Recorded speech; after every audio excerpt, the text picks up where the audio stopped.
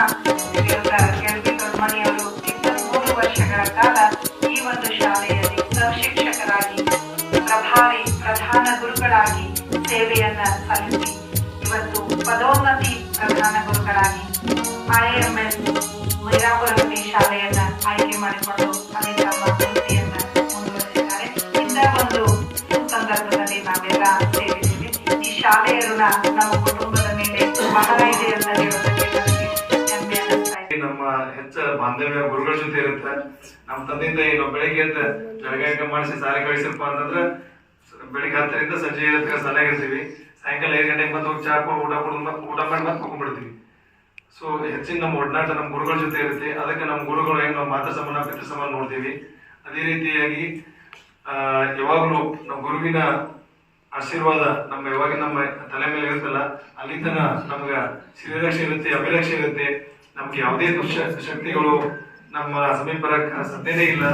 ಪ್ರಾತಸ್ಮರಣೀಯ ಗುರುದೇವರನ್ನ ಮಂದಿರದಲ್ಲಿ ಸ್ಮರಣೆ ಮಾಡ್ಕೊಳ್ತಾ ಇವತ್ತಿನ ಈ ವಿಶೇಷ ಕಾರ್ಯಕ್ರಮ ಪುಟ್ಟ ಮಕ್ಕಳ ಮಧ್ಯದಲ್ಲಿ ಅನುಭವಿ ಜ್ಞಾನಿಗಳ ಈ ಒಂದು ಅಪರೂಪದ ಸಂಗಮದಲ್ಲಿ ಈ ಶಾಲೆಯಲ್ಲಿ 20ರ ಮೇಲೆ 3 ವರ್ಷಗಳ ಕಾಲ ಸೇವೆಯನ್ನ ಮಾಡಿ ಪದೋನ್ನತಿಯನ್ನ ಹೊಂದಿ ಬೇರೊಂದು ಶಾಲೆಗೆ ಈ ಶಾಲೆಯ ಮಾದರಿಯನ್ನ ಕೊಂಡೊಯ್ದು ಕೆನಾಲ್ ಕೋಡಿಯ ಹಿರಿಮೆ ಗರಿಮೆಯನ್ನ ಗಗನದ ಎತ್ತರಕ್ಕೆ ಕೊಂಡೊಯ್ದಿರ್ತಕ್ಕಂಥ LP ದೊಡ್ಡಮನಿ ಸರ್ ಅವರ ಈ ಶಾಲೆಯಿಂದ ಬೀಳ್ಕೊಡುಗೆ ಮತ್ತು ಅವರ ಮುಂದಿನ ಆ ಶಾಲೆಗೆ ಪ್ರಮೋಷನ್ ತಗೊಂಡು ಏನೋ ಒಂದು ಅಧಿಕಾರವನ್ನು ವಹಿಸಿಕೊಂಡಿದ್ದಾರೆ. ಅದರ ಸತ್ಕಾರ ಸಮಾರಂಭದ ಕಾರ್ಯಕ್ರಮ.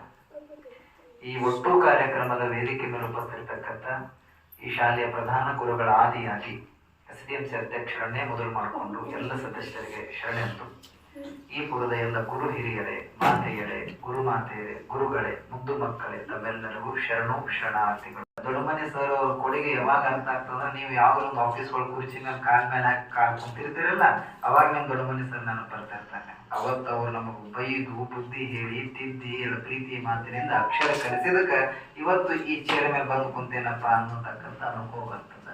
ಅದು ಪ್ರೌಢಾವಸ್ಥೆ ನಂತರ ಇವತ್ತು ಒಂದು ಉತ್ತುಂಗದ ಸ್ಥಾನಕ್ಕ ಒಬ್ರು ಹೋಗ್ತಾರೆ ಅಂತಂದ್ರ ನಾವೆಲ್ಲರೂ ಕೂಡ ಅಭಿನಂದನೆ ಸಲ್ಲಿಸ್ತಿರೋದೇ ದೊಡ್ಡ ಮಾತಲ್ಲ. ಆದ್ರೆ ಗುರುಗಳು ಏನ್ ಹೋಗ್ತಿರ್ತಾರಲ್ಲ ಇದಕ್ಕೂ ಬಹಳ ಮಹತ್ವ ಕೊಡಬೇಕು. ಯಾಕ ಗುರುಗಳಿಗೆ ಮಹತ್ವ ಕೊಡಬೇಕು ಅಂತಂದ್ರೆ ಜಗತ್ತಿನೊಳಗೆ ಯಾರ ಕೈ ಹಿಡಿದಿದ್ರು ಪರವಾಗಿಲ್ಲ,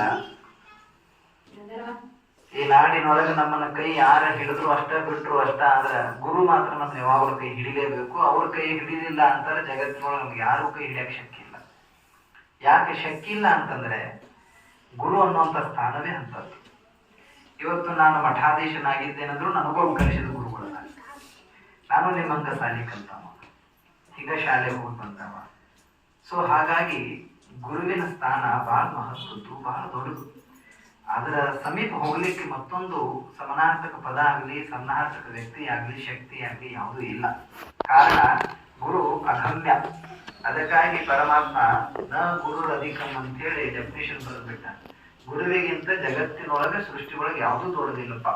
ತಾಯಿ ತಂದೆಗಿಂತಲೂ 100 ಕೋಟಿ ಪಟ್ಟು ಶ್ರೇಷ್ಠವಾಗಿರ್ತಕ್ಕಂಥ ಜ್ಞಾನವನ್ನ ಕೊಡ್ತಕ್ಕಂಥವ್ರು ನಮಗೆ ಅಕ್ಷರವನ್ನ ಕಲಿಸ್ತಕ್ಕಂಥ ಗುರುಗಳು. ಅದರಲ್ಲಿ ವಿಶೇಷವಾಗಿ ಸರ್ಕಾರಿ ಈ ಶಾಲೆ ಏನದಲ್ಲ, ಸರ್ಕಾರಿ ಹಿರಿಯ ಪ್ರಾಥಮಿಕ ಶಾಲೆ, ಇದರೊಳಗೆ ಸಿಗುವಂತ ಜ್ಞಾನ ಬಹಳ ದೊಡ್ಡ ದೊಡ್ಡ ದೊಡ್ಡ ದೊಡ್ಡ ಅಪಾಯಿಂಟ್ಮೆಂಟ್ ಕಟ್ಟಿ ಶಾಲೆ ಕಲಿಸ್ತಾರಲ್ಲ ಆ ಗೌರ್ಮೆಂಟ್ ಸ್ಕೂಲ್ಗಳು ಹುಡುಕಾಡಕ್ ಹೋಗ್ಬೇಡಿ. ಅಲ್ಲಿ ಬರೀ ಬೋರ್ಡ್ ಅಷ್ಟೇ ಮಾತಾಡ್ತಾರೆ. ಗೌರ್ಮೆಂಟ್ ಶಾಲೆ ಒಳಗ ಇಡೀ ಬಿಲ್ಡಿಂಗ್ ಮಾತಾಡ್ತೇವೆ. ಯಾಕಂತಂದ್ರೆ ಇಲ್ಲಿ ಜ್ಞಾನ ಹಾಕೋದು